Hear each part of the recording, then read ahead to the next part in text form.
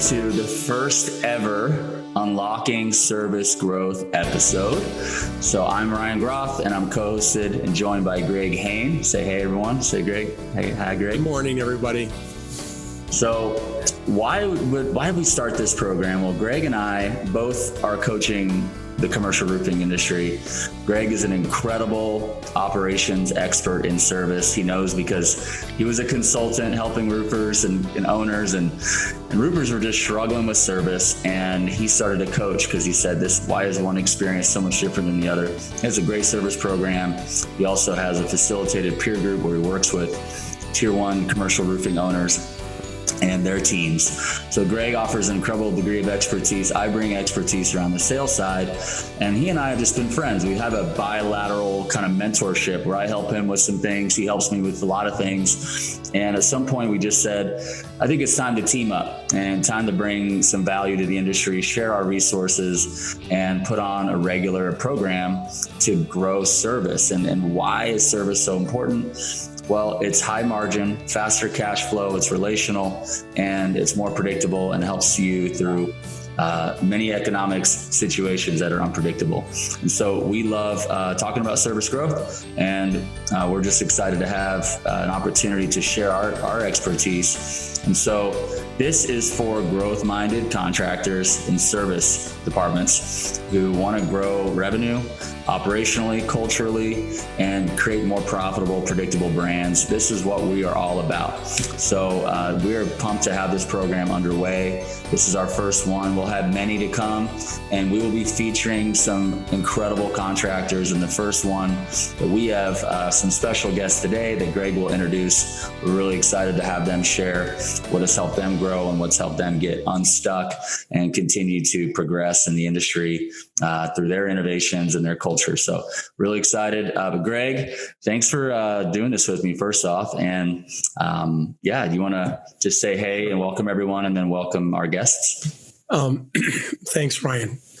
Everybody, good morning. I am Greg Hayne with the Hayne Coaching Group. And when Ryan and I, Ryan said it really well. We've known each other a long time. We've always gotten along well. We complement each other well. He's a high integrity guy. I like to think that I am. It just works really well. And when we decided to put this little program together for all of you, the first thing we do is had to come up with who we're going to have for a guest. And we instantly agreed that it should be Rackley Roofing. Rackley Roofing is based in Tennessee, near Nashville. And our guests this morning are Michelle Boykin, who used to be Rackley's service manager many, many moons ago. She is now the chief operating officer. And Michael Miller, who's currently vice president of services. Michael, though, when he came into the company, came in a role of sales. And one of the things that happened not too long ago was he was put in charge of service. And when that happened, service went to a new level. So we thought that both of them would make a great contribution to helping all of you get better at service. We are going to encourage you to ask questions, type them into the chat box. Ryan's going to be the chat box monitor. And I'm going to start with some questions for Michelle and Michael. And we're going to have a little conversation. And after we've had that conversation, we'll start going through some of your questions, and we will let them respond. And then if Ryan and I cannot contain ourselves, we will respond as well. And so let's jump in. Michelle, let's start with you. If you would be so kind, share with us. Now, I've shared with them you're the chief operating officer. Okay. Tell them what that means. And then Michael, when we get to you, tell them what VP of Services actually means. Go ahead. So chief operating officer basically means that I run the company. If anybody knows our dynamic here, we run EOS, which is Entrepreneurial Operating System. And we have a visionary, which is our owner, Curtis Sutton. So he gets these grandiose ideas, and I actually take those and figure out a way to make them happen, turn them into a to-do list, basically. So that's kind of what Chief Operating Officer means here. Thank you. Michael? Michael Miller. Nice to see everybody.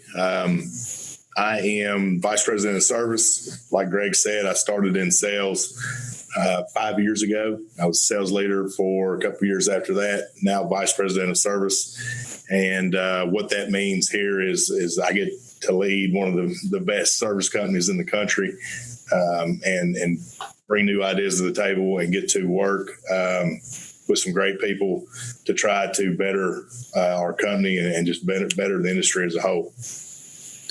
So my first basic question, and I don't care which of you answer this, but Michael, you've been doing the service thing for how long?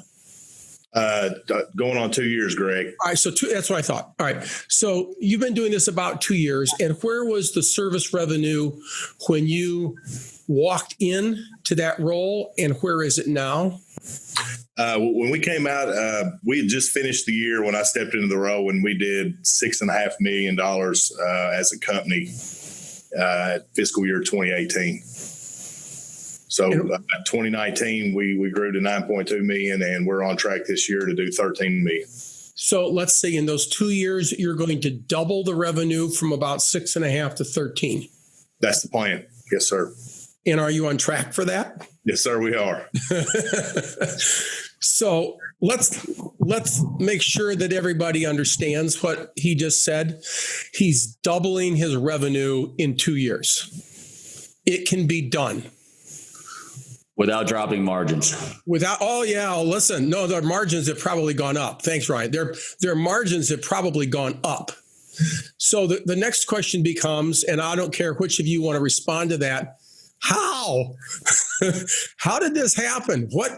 What's going on that's causing this to occur? Let's clarify. This is service revenues only. This is not count replacement or new construction. And we could speak to that, and we all know that's a byproduct, but we're focusing on service growth. So these are great numbers. Yeah. I would add to that as well. Service for us truly means service. It does not mean small re-roofs. It does not mean waterproofing. That's specific to service as clear as service can be.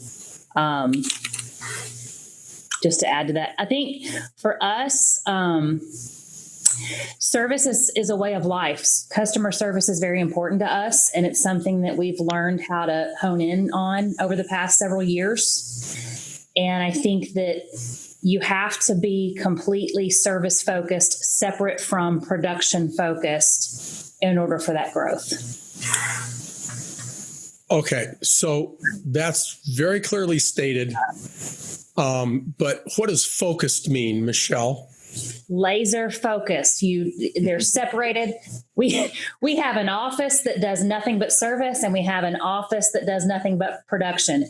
We are laser focused on our service. Fair enough. Now, so I'm looking at the attendee list, and there are some fine roofing contractors on this a list of attendees that are listening in today. And every single one of them is exactly the same as you. In fact, some of them have their service departments in completely different buildings than their production departments. They have completely different staffs. It's not like you can walk down the hall.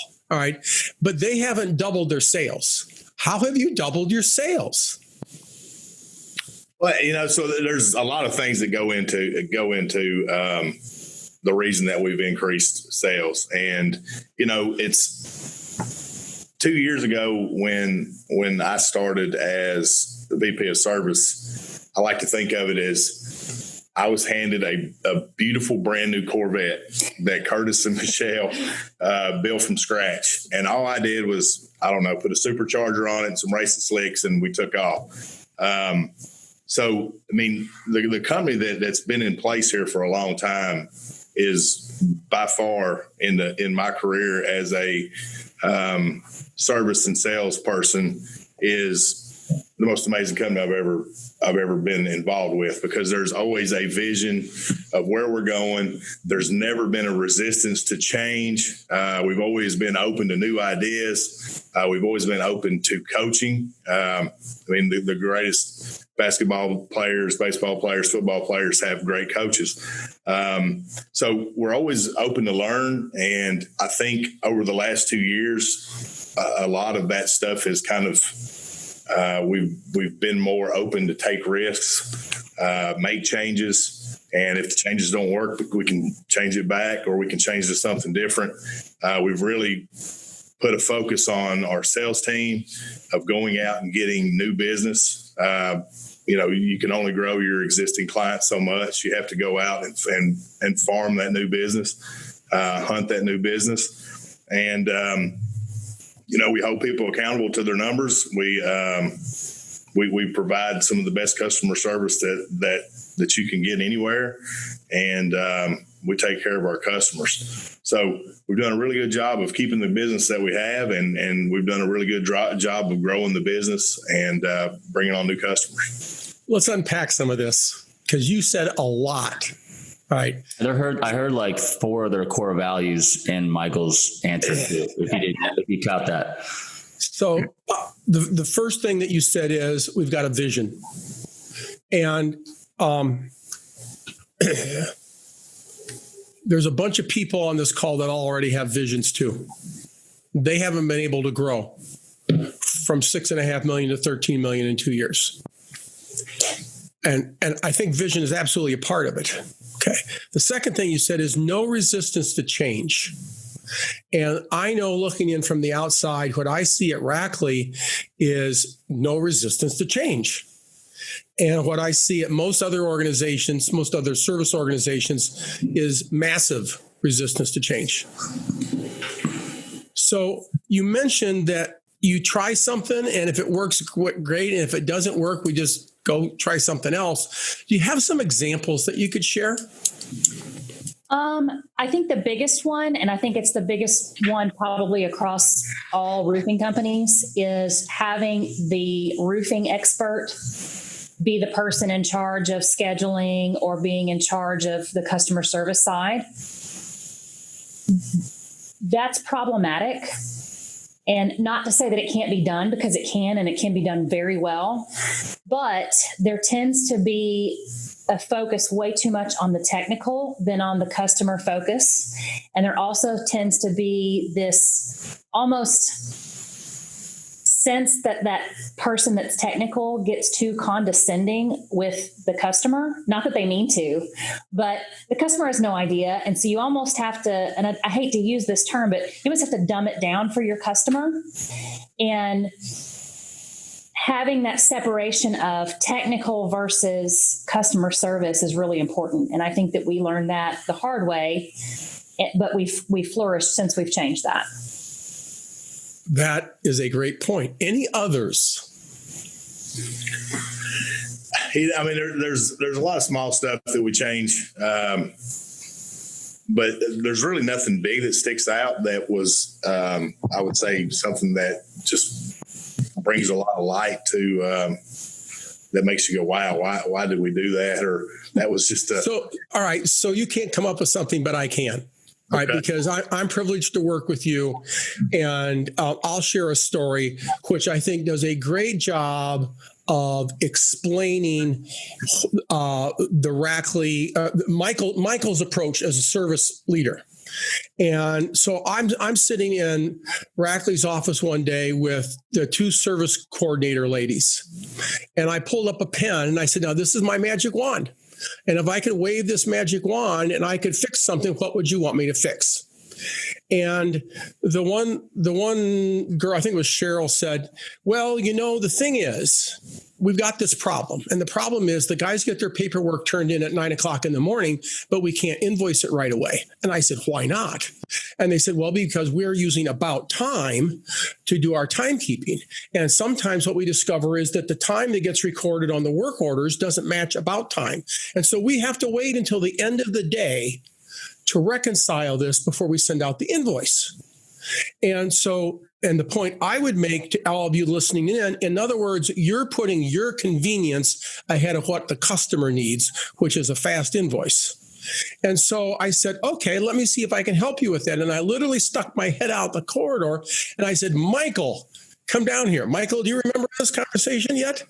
I do, Greg. All right. So Michael walks down and I said, Michael, if we didn't have to do this, they could be getting invoices out same day. And he said, well, and here is the key to one of the things that makes Rackley great. Michael said, well, then we're just going to change it. And then he said, we'll take a look at it after a month because we're going to have some overs and unders and we've got enough. It's not that big a deal.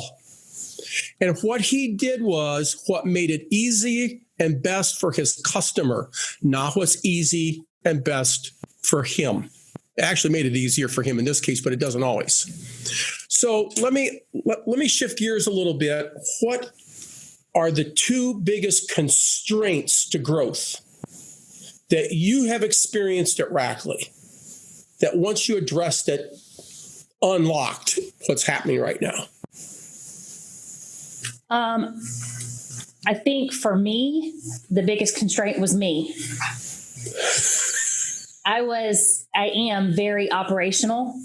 And while I'm not necessarily afraid of growth, I kind of miss those growth opportunities because I'm digging into the weeds. Oh, what's this problem? What's that problem? And I can't see ahead to say, okay, well, we've got this growth opportunity. And with Michael coming in with really, this big sales background, he had managed a lot of sales. He had managed a lot of sales teams and really was sales focused. He came in and said, but we can change this and we can change that. And if we do these things, then all of a sudden we'll be here. And he saw things that I would have never seen. So for us, that was a big constraint that was removed. And we've seen the growth that we've had since that's happened. Also, what else? Really, right now, the only constraint that we have is not being able to quickly pipeline our employees. We try to promote from within, and we want to train them in the Rackley way, and that takes time. So we may have somebody that's very experienced, but they're not yet ready to move into a new role because we need to make sure that they understand our core values and who we are. And that process takes some time. So I think that's really the only constraint that we have at the moment. Yeah, go ahead. Please. No, Michael, please add to that. So, I think constraints that we have, I think we've got through a lot of those. I think a lot of the things that we look at that some other contractors may not look at, which would actually help them grow, which I'm sure is what a lot of people are on this call for is the separation that Michelle talked about between service and production is huge. Service can be a standalone 100%, high revenue generating, high profitability generating business. To do that, salespeople, I feel like it's a must. I mean, you can only grow your existing clients so much, especially if you do a really good job at what you do, because you essentially run yourself out of business. So you got to have new clients. You got to have that good mix of how much do we, work with our existing clients? How much do we farm new clients? And you got to have the faith that service can grow and, and just take the leap. I don't know. It's hard to describe. You got to take the leap. The salespeople that we have very little roofing experience. They go out and they hunt new clients and build relationships. They're not necessarily going out and trying to, be a professional in the roofing industry. Oh. You just said something really important. Say that again. The salespeople you hire you mean you hire people that don't know roofing to sell roofing? Absolutely. Absolutely. I'm one of them. And by the way, Michael is a good friend of mine, and I tease about Michael a little bit because he's running the service department, but I don't want to say Michael doesn't know how to make data forma work, but Michael is not a data forma god. Are you? I know enough to be dangerous. There you go. All right. Can I unpack a little bit about the sales side? Please. So, Michael, it's funny how you and I both are like, hey, Rackley's a sales organization, right? But Curtis is like, we are not a sales organization, right? So I think it's really interesting to build a sales team within the culture and a brand positioning of we're here to service you. Right. And so that's a kind of a strange dichotomy because we have salespeople who are trying to close a deal under a service structure. And so that culturally, if we don't say, hey, we're here to serve, then what can happen is people feel sold to rather than served. And we want to serve. So, and then when we implement like a sales process, which, we've collaborated and I've helped implement some of the things that we teach and coach your team, we're actually asking a lot of questions with to the prospect. It benefits the salesperson, but it's actually with the spirit of better serving them. So it's a strange tension of, hey, we want to grow, but we also are here to serve. So can you speak to how just the infrastructure of your sales team and the culture of it and some of the changes that have been made in order to still be, hey, we're here to serve Tennessee, but my gosh, Memory, Casey, whoever it is, they want to get a deal done too, right? And they also want to make sure it's in their best interest to work with the right type of people and not waste a lot of Rackley's time and resources on the things that maybe weren't a fit. So can you just maybe talk to that a little bit, just structurally, culturally around sales team within a service mission? Yeah, sure. So it's funny. We had some guests in a couple weeks ago, and Curtis and I were kind of started talking after we got done with the meeting about, Curtis said, hey, we're a service organization. And we talked about the difference between kind of our mentality of what's a service organization, what's a sales organization. And after we talked about it, I think we had a similar mentality of what they both meant. We just kind of had a different definition for ourselves. And, when I say a sales organization, that means that everybody's selling. Michelle sells, Curtis sells, our estimators sell, our service foreman sell. Everybody in this company helps the sales process go, which is kind of why I would say a sales organization. But at the same time, we do pride ourselves in being a service organization, and that's what this company was built on. And at the end of the day, that's what we are.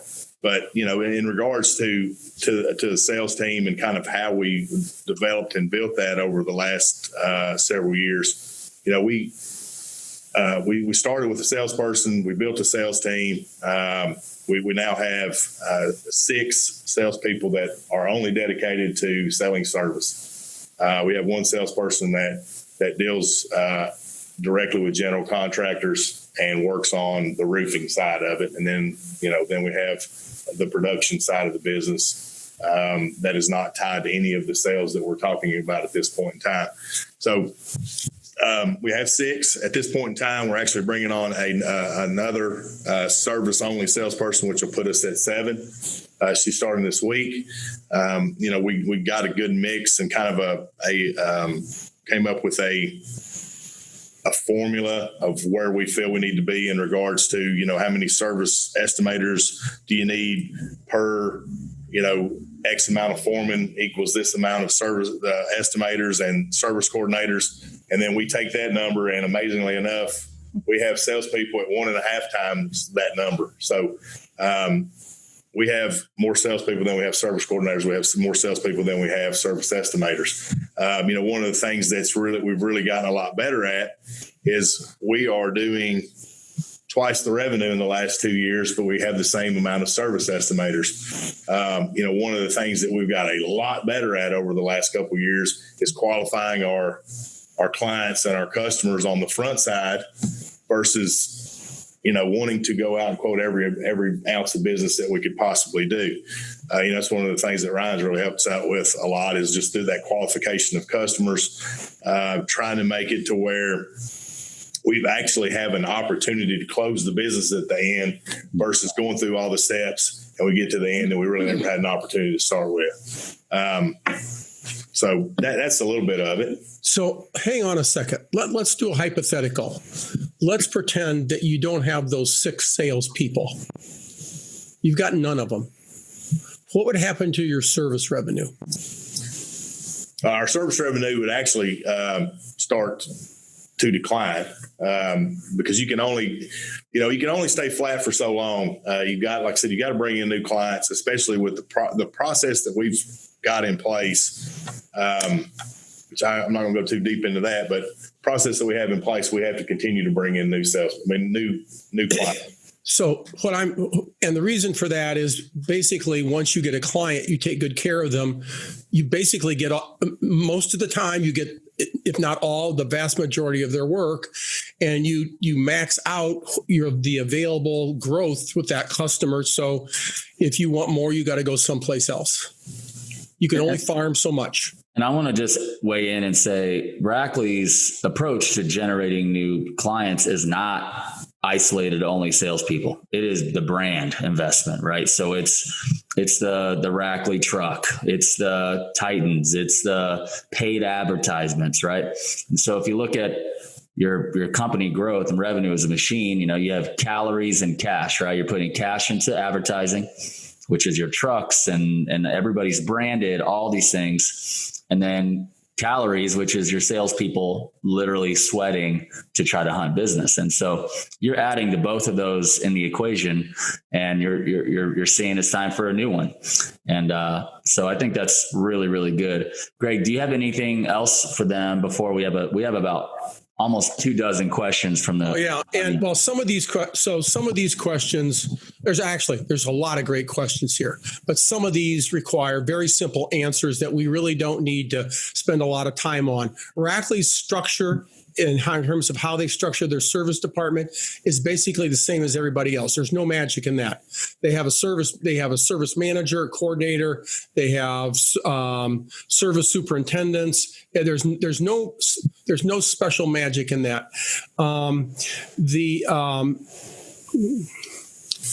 They ask about the personality trait of a scheduler, and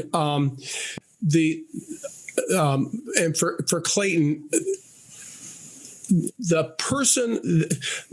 Rackley's service coordinators do not piss off their customers, and they are good at customer service. And so that's the personality trait. They find ways to make the customer happy rather than saying, no, I can't be there till Tuesday of next week. Too bad. If you disc them, they'd be a high I, high S, or high I, high D. No, I think that we have disked them, and I think they're typical coordinators. But they also have customer service skills, which you can get.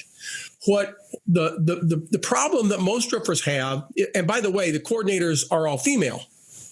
The problem that most roofing contractors have is they put a roof guy in charge of the service department. He answers the phone and he sounds like a roof guy. Doesn't work. And Ryan, I realize I'm jumping around as we go through this. I have one. Our first question is someone just starting out servicing commercial roofs. Where's a good place to generate leads? My program, you're actually a customer, so you're going to find that out. But prospecting, outbound, LinkedIn, and your current relationships is a place to start. Michael, you want to hit one or two answers? Where do you generate leads if you're just starting out? Hey, a lot of it's, there's some LinkedIn networking events. We're involved in a lot of organizations to help that. And then just getting out and going out and making calls, trying to find new business via phone, via going out to industrial parks and making cold calls, warm calls, especially where we actually set those calls up to help generate a warm call versus a cold call. There's activity. We measure activity on our scorecard, and if they're hitting their activity levels, typically the salespeople will do really well. When you see the sales start to slip, and I know some of our salespeople were on this call, it's typically because of activity. All right. Next question. What percentage of your revenues is preventative maintenance AKA contract work, which I love me some contract work, versus the not to exceed repairs, time, material, and not to exceed? We don't typically do a lot of not to exceeds. We try to steer clear of those. One of the things that we do is as part of our EOS program, we've determined who our customer is, and our customer is someone that trusts us, values us as a problem solver, is quality and safety oriented, and they don't take shortcuts themselves. So we have done a really great job of making sure that the customer that we are meeting the needs of also is a good customer for us. So we don't do a lot of not to exceeds in the first place. What is that? Is like that was the speech right there. That was the EOS speech. Man, that is like, oh, that is good. Love Say it. that again. Say that again, Michelle. the whole thing? Yes, the whole thing. Give the speech. So we work, I'm gonna mess it up now. We work with building owners, managers, contractors, consultants, and institutions. Move toward the mic. Sorry, you're we're losing you. We work with building owners, managers, consultants, and contractors who trust us, value us as problem solvers, and who do not take shortcuts themselves. Do not take shortcuts themselves. So you're salespeople, we're interviewing the prospect to see, are they our client, not just happy to be here, right? So we got to move through some questions. Hey, hang on. Michelle or Michael, what percentage of your total service revenue comes through contract work? It's between 75 and 80%. 75 to 80%. Thank you. And by the way, they are not the only people. I mean, they're our guests, but there are other people on this call that have or are now producing that same kind of numbers.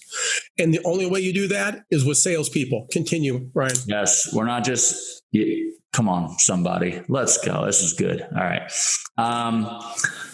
There's always a correlation with service and replacement work, and you guys are in a booming metropolis or near one in Nashville. A ton of cranes have been up for the last few years. Please share the correlation of replacement, new construction work as a result of growing your service department. Is there been a trend? Service is a direct indication of what you should expect out of re-roofing in the future. The more service you sell, the more you're going to increase your customer base, and the more relationships you build while you're building your customer base, the more opportunities you're going to have for re-roofs down the road. So, we don't go out to a customer and tell them they need a new roof. We go out to a customer and tell them we want to extend the life of the roof, because it's an opportunity to build a relationship with that customer and a better opportunity for us to do the re-roofing down the road. So there's definitely a direct correlation with that. Okay. How many service trucks is Rackley currently running? And maybe Greg, you know the answer to this as well. What's the average revenue per truck? Number of trucks, average revenue per truck? We currently have 25 trucks, and we'll average just over $500,000 a truck annually. And what is the hourly billing rate for each man in a two-man crew? $75 an hour. All right, so you take that $500,000 and divide it by $75 an hour and multiply it by your bill out rate to have that show you what that means for you. Because some of you are billing more, some of you are billing less. But let me tell you something. Over $500,000 per truck is good. Cha-ching, baby. All right. Why is it important for customers to get invoices out in the same day? I think this is a good question. I mean, I don't know why we wouldn't want to get paid fast, but maybe answer that question for me. So I'm going to use Greg's analogy for this, because he uses it for all of his great service presentations. But you would never expect to go to a grocery store, get all your items, put them on the cart thing, and for the 16 or 17-year-old kid to say, hold on, okay, we'll give you a bill next week or next month. You expect what you're going to pay for it right then and there, and you're going to swipe your card while you're there. That's the best explanation to it. The quicker that you get, in realistic terms, the quicker that you get your invoice to your customer, the quicker that you get paid, and the less likely you're going to have somebody fight you over an invoice. And I'm going to nice job, Michelle, but I'm going to weigh in on this. Okay. An invoice is a communication document that tells a building owner what you did, and they want to know now. Just like in another example, you drop your truck off for service on a Monday. They call you Monday afternoon, say you got the tires rotated, check the brakes, the fluids all look good. You can pick your truck up Thursday when we have the invoice added up. It's insane. Nobody would put up with that nonsense. And that, if you're not getting your invoices out and within 24 hours of the time that you're walking off the roof, you're not giving them good customer service. Mm-hmm. What else, Ryan? How many coordinators do you have with the 25 trucks going? How many coordinators do you have on staff working? We have 4 service coordinators, 4 estimators, and 7 salespeople. Cool. Good questions. Good answers. I know a lot of people struggle, and you guys don't as much, is finding new techs and developing new techs. And I think it's something I heard Greg share once. He's like, you have your awesome trucks, you have your best crews, and there should always be somebody, a novice, right? Somebody learning from somebody who's more experienced all the time. And you have crews that are going to be terrible, right? They're inexperienced, but that's just the nature of growth, right? If everyone was perfect, you're not growing. I love that. But you also got to develop these techs. So how often do you train, and do you do in-house training? Or are you trying to find experienced service techs, or do you just not even need them to be experienced at all because you have an in-house training program? Can you speak to that? So we're actually sitting in our classroom space of Rackley University right now. There's a door behind Michael's head that's actually set up to be a roofing. It's a roof deck. There's curbs, there's corners, there's parapets, there's everything you could think of in there to do for training. Right now, we're kind of limited because of COVID. We don't want to put a lot of people in there all at once like we would normally do. But one of the things that I've seen a lot of other roofing companies do that we've tried really hard to not do is to underestimate or undervalue your field employees. They can learn a lot more than you think that they can. So train them, and they will pick it up and they will run with it faster than you ever thought that they could. So whoever you have now, train them. And then guess what they're going to do? They're going to tell their friends and their family to come work for you, which is an automatic pipeline of people to train and do it all over again. But that takes so much time and it's expensive. Oh man, should train the team. How much time and expense are you losing? Come on, people. Hey, where do they go for training to train their service people, or where did you guys learn? Was it all in-house? Did you bring in Greg Hayne? Did you take some of his pages from his book? Talk to that. We brought Greg Hayne in several years ago, and he met with all of our service team and taught us best customer service that we could learn. And we took that and we rolled with it. Greg actually mentors us and coaches us. So anytime that we've got something going on, we're in communication with him on how to get better. We have in-house safety trainings. There's just a lot of different ways that we try to do trainings. We meet with our service crews once a month, and we go over any issues that have occurred in that past month. We give them the opportunity to speak about whatever, might be going on that they need help with or what they need from us. I'm trying to think if there's anything else. Very much what Michelle said. We've done very well branding. We've done very well hiring very good people that can grow, that can learn, that can be trained, that are willing to take the time to be trained, to make sure that when the time is right, we can trust them to hand them the keys to a truck, all the tools they need to enter all the information in that needs to be entered in, and they don't have to come in the office anymore. We don't have to see them on a daily basis. We schedule them, they do the work, and all the stuff comes in. So when you have good people, it's extremely easy to train the new people that come in to be good. It's nothing magic that we do. We've got some great service for them. So fantastic. There's a lot of more really good questions, and we'll continue these. I think that we're getting some questions like when a lead comes in, how do you know if it's something you should send like a repair service, a service oriented salesperson? Or I think you guys actually have a designated in-house estimator, somebody who's more of an in-house person for a lot of the inbound, and then the salespeople are primarily running the leads that they generate only. Am I correct, right? There's some stuff that's passed over to salespeople, just depending on what it is when it comes in. But yeah, in regards to, once again, we feel that we can extend the life of the roof. So when we are called in by a potential client or somebody that wants us to look at their roof, our main goal is to try to figure out how we can extend the life of that roof. And a lot of them will say, "Hey, I need a re-roof price." We learn how to handle those, right, through our training. So another one that I think is really good, and Greg, if you could take some more after this as you're scrolling, that would be awesome, because I can't scroll and keep asking at the pace. We have a lot of them. I think you're doing a fine job, and I'm trying to type in some answers to some of the simple things. Continue. I have one that I know we get. This right here is like the breaking point that changes the game. It's committing to pay salespeople to motivate them to sell service and not get paid on anything, right? So can you speak to that? We have a different comp plan that we actually implement or recommend, and you guys do, but philosophically, it's the same, which is compensate your salespeople to sell service, and the service sales will be made, right? And it's amazing how many people, they're like, well, what do I do? It's like, no, do you even pay them if they sell a re-roof? If you do, is it dramatically different than what they make when they sell service?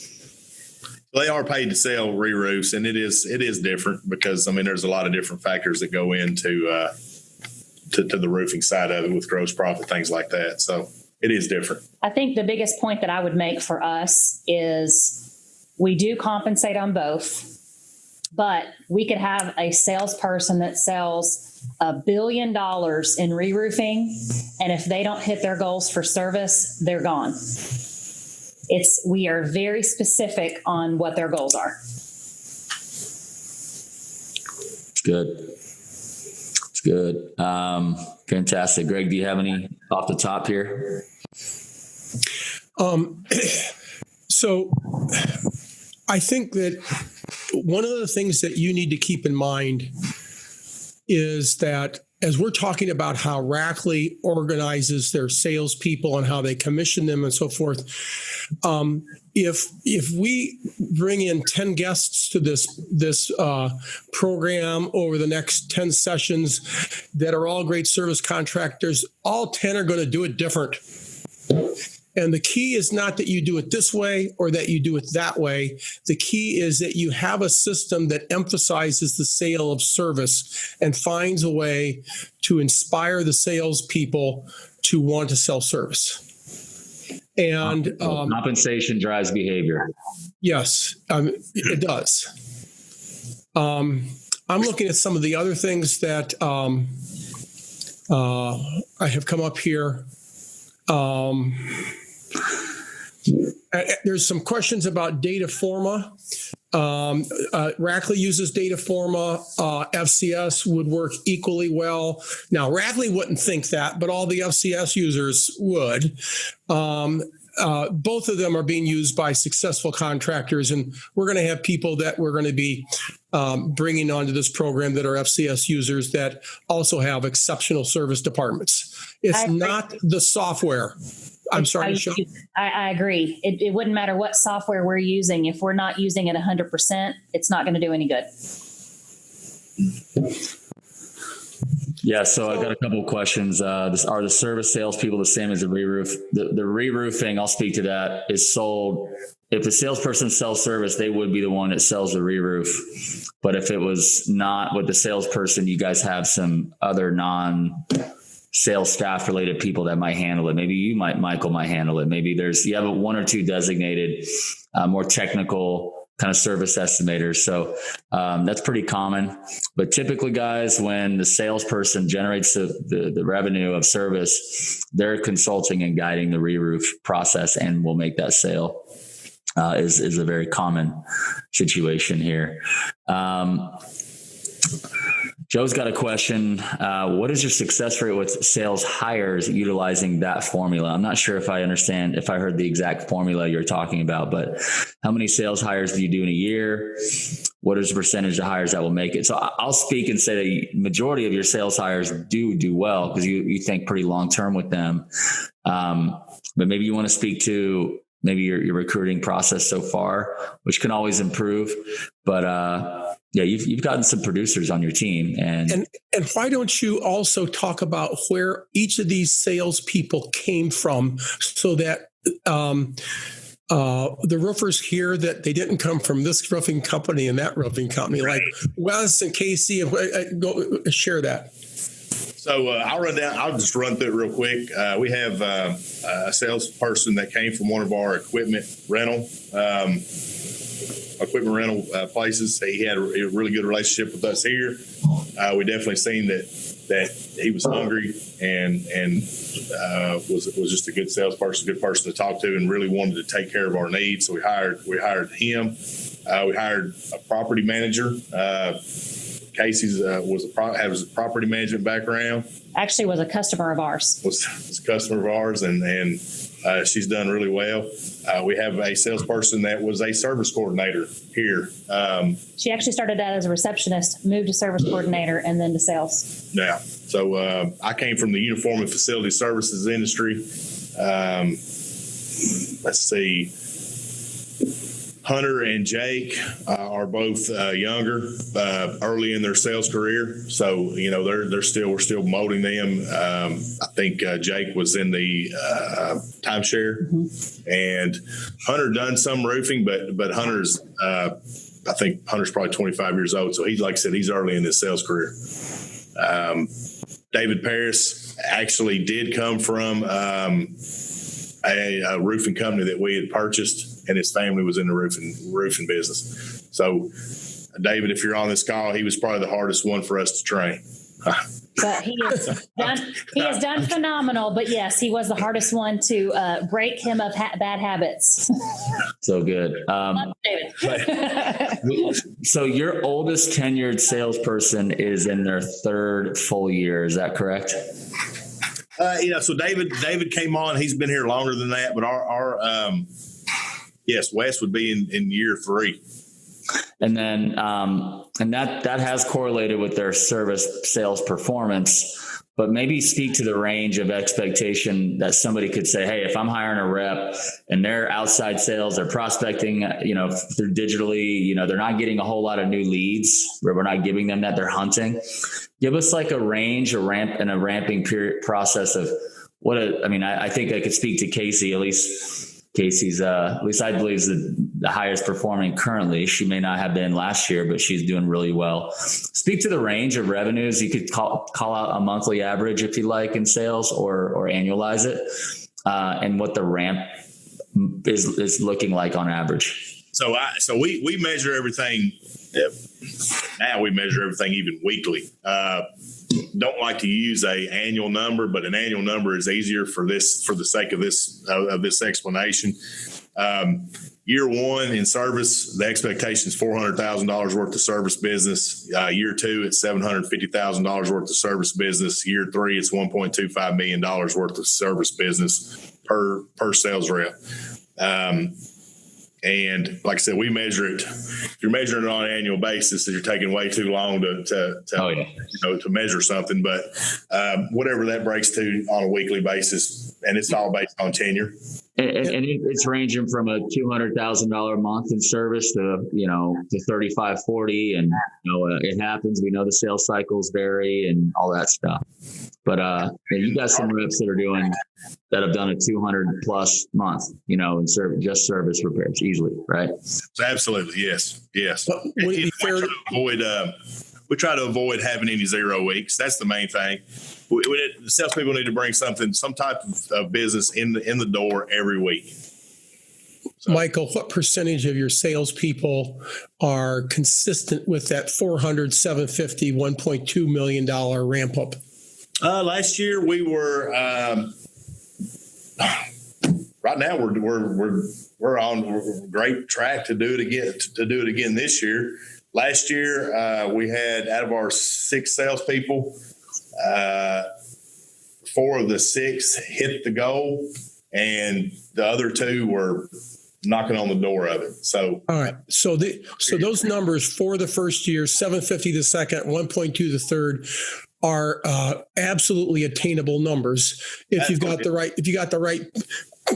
right people, and if you have the right management system in place to supervise them. Absolutely. You got to train them, got to coach them, got to develop them, hold them accountable. It's nonstop, right? This isn't a set it and forget it program. You're playing offense and you're doing huddles regularly, and it's a constant focus. All right, I have a question here.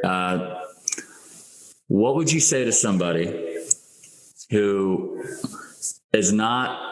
You have a sales background, Michael, and Curtis is very much a visionary and a brand genius, but is not the most like, let me hold my salesperson accountable. You do that. And then you do a great job of that. Curtis does a great job of it, and you guys team up.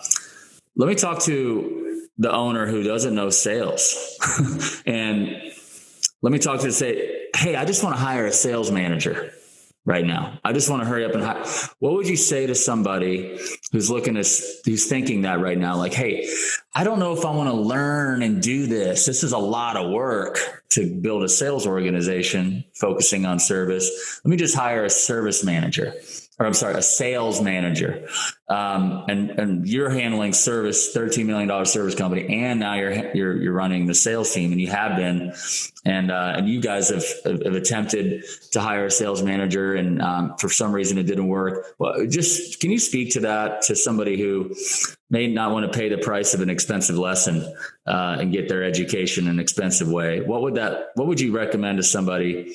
I don't know much about sales, but I'm the owner. I don't really have I have one sales guy, but they need a sales manager. I mean, do I hire somebody? Do I just figure it out and learn it?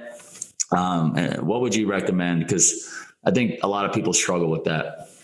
So if, what Curtis did when he started with salespeople, he didn't hire a sales manager right off the bat. He hired a salesperson. And, at that point in time, I think when you're building a sales team, it makes sense for, an owner or somebody in the organization to manage that salesperson. But I think you want to hire somebody that's high energy, that's got a great work ethic.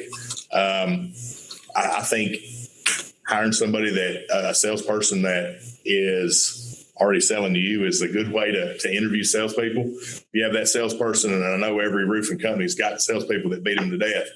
I think trying to find that person that's got the sales experience. And then you put a number out there, you get the right number, and you hold them accountable to it. And you hold them accountable to activities. Someone like Ryan can give you those numbers that make sense, that you hold the salespeople accountable to, and then you hire that person. And if they're not working, then you got to find somebody else that can do it. And then you start the sales team. And when you find that right person, not necessarily, especially when you're talking about a sales manager versus a salesperson, most of your really good sales managers probably aren't your best salespeople, because they're managing people, not necessarily hungry to go prospect and do things like that. So, okay. So let me see if I can prime Michael to add a valuable piece to this. Somebody earlier had asked about the scorecard for service, and that's an EOS contractor that's asking. And rather than share that, what I'd like Michael to share is the behaviors that you're expecting the salespeople to generate every week. Do this off the top of your head. I know you don't have the list in front of you, but how many cold calls, warm calls, follow-up calls, how many presentations? What is their expected behaviors of a salesperson? So they need 100 touches a week. When I say 100 touches a week, that's a mix of telephone calls and what we consider cold calls or warm calls. that number should typically be about 60 phone calls versus 40 cold calls. Then we have what we consider a discovery meeting, which is a meeting that you get to the level to where someone is willing to talk to you. And then we can actually start the baseline selling and get to that next step of, are they a prospect to where they want us to be? So with that discovery meeting, they need to have 10 discovery meetings per week. And out of those discovery meetings, we feel like there's going to be about a 70%, capture rate of, yes, we need to do business with this person. They have a need. So 7 presentations should come out of those discovery meetings. So they should have 10 discovery meetings, 7 presentation meetings. Then we have what we call continual contacts, where you're going back and going to current customers that we already do business with, that you're just, asking if there's any need, keeping a relationship going. They should have 40 of those calls a week. And that pretty much runs it down. It's about 200 touches a week. So I would encourage all of you that think you have salespeople to look at the number of touches they have per week, because I think most companies' salespeople that have not had proper training woefully underperform on the touches. You do the touches, you do the behaviors, and you have reasonable sales skills, the sales will go. Ryan, would you agree with that? 100%. If you cannot prospect, take someone from cold to sold, you're not a salesperson. You're just an order taker servicing an existing client you didn't land. And I think that's exactly what the philosophy needs to be in your company is, hey, many of you have 5 accounts, some of you have 100 accounts, but you have infrastructure to service them. But we know if you just start calling on them only, that's going to run out rather quickly. You're going to get some stuff, you're going to get some low hanging fruit, we call it. But if we're not prospecting outbound, right, cold outbound and getting interest, because there's a cycle to that, then you're not a sales organization at all. You're not. So I think it's really important that everybody who's a salesperson is a prospector at first, at heart. Then they got to love to hunt. And they'll fill that pipeline up. So we're about at an hour. This is fantastic. Rackley, Michelle, Michael, you guys are amazing. We just want to thank you. We have more questions, but I think that we're going to need to probably wrap this up. If they wanted to ask you all questions, would you be open to receiving those at any point and get to them at some point? Yes, absolutely. Absolutely. We have people come in here all the time and we'll run through everything that, answer any question that you have. Awesome. And how could they reach you guys? So my email is Michelle, Michelle, at Rackley, Rackley, roofing.com. And mine is just like hers, except for it's Michael. So it's Michael at RackleyRoofing.com. And if there's a list that's compiled from here, I know the last call we did at one point in time, there was a list compiled of questions that we didn't get to. If y'all do have a list of those, if they're emailed to us, we'll be glad to try to answer them, every one of them that we can. Mm-hmm. Yeah, this has been really great. So I just want to also say, Greg and I are not just doing this for our entertainment. If you're not a client of ours, you need to become one. Rackley is a client of both of ours, and they're getting somewhere for a reason. The key is you have to be a winner and committed and open to change and doing the work. So we're not going to go in and do it for you, or else you'll have to pay me a lot more money than you would for my program, and I ain't going to do it. So that being said, you guys need to reach out to us. Greg and I have an affordable route to help you grow. Both of us have an online course and even more in-depth coaching vehicle to help you grow with your team. And another question we had was, are we doing these regularly? The plan is that Greg and I will do these regularly, and that you guys will have an opportunity to hear from other great contractors that are in our network. So that being said, Ryan, let me jump in a second. There is the first key to building a great service organization is for the owner of the roofing company to be appropriately engaged in the process. Who is not on this call today, but I think is listening in, is Curtis Sutton. And by appropriately, that means fully engaged. Yes. If you're an owner of a roofing company and you think that you can assign this to somebody, you are wildly delusional. That doesn't work. And I acknowledge the fact that you have many different irons in the fire as an owner of a roofing company that you have to manage. And I'm not going to prioritize for you that you do this one over that. That's a decision that you have to make, and I'm willing to trust that you can do that correctly. But if you want service to grow, you're going to have to be involved, and probably more than you want.